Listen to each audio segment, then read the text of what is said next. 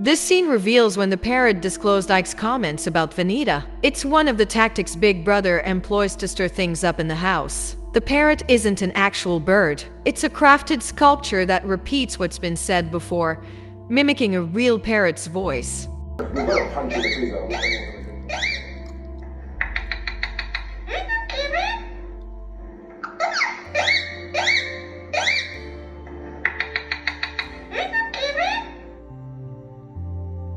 For me, the PR how I make the most money is when the guys tell me bring some Big Brother girls. I call them. Bbnaijaallstar knows how many times I have called her. Ballers will come and do their work. They want the girls. I just do friends with the girls.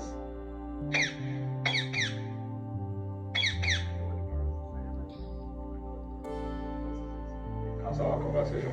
This thing sounded like what someone in the house said. Oh shit! Did everybody be girls? Yeah, exactly. It sounds like what someone in the house said. I just a friend with the girls. What did he even say? Parrot, can you Or talk maybe better? I'm Can you just. repeat yourself, Parrot? Nah, nice one, brother. And I knew Nice everything. one. I said this parrot go fuck with us.